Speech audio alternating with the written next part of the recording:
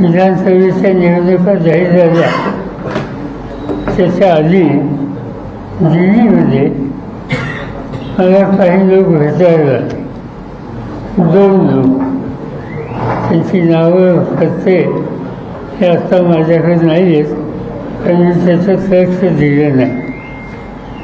आणि त्यांनी आम्हाला सांगितलं की महाराष्ट्रामध्ये 288 विधानसभेच्या जागा आहेत आणि तुम्हाला 107 जागा निवडून येण्याची गॅरंटी देते. मला आश्चर्य वाटतं. आणि सत्य सांगायचं म्हणजे त्यांनी जरी सांगितलं गॅरंटीचं तरी निवडणूक आयोग या संस्थेच्या संबंधी माझ्या मनात काही संख्येची स्थिती नव्हती.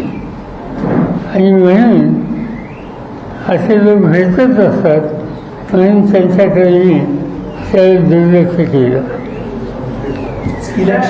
आणि ते झाल्याच्या नंतर त्या लोकांची आणि राहुल गांधी यांची मी घालून दिली. त्या लोकांना जे काही म्हणायचं होतं ते राहुल गांधींच्या समोर म्हणलं. पण राहुल गांधींचं माझं मत या कामात आपण लक्ष देऊ नये, हा आपला रस्ता नाही.